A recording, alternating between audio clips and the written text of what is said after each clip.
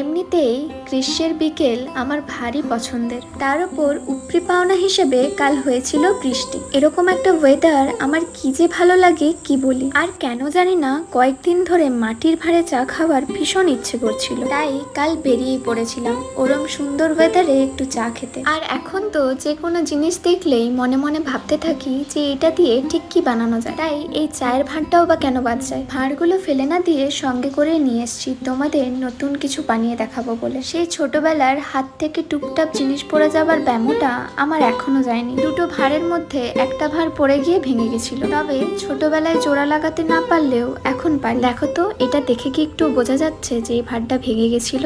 এবার এইগুলোকে সুন্দর করে কালার করার পালা। তোমরা অনেকেই জিজ্ঞেস করো আমি কোন কালার দিয়ে কাজগুলো করি। এটা হলো অ্যাক্রিলিক ফেব্রিক কালার। আর আমাকে কিন্তু জানাতে ভুলো না এই দুটো কাজের মধ্যে তোমাদের সব থেকে কোন কাজটা বেশি ভালো লেগেছে।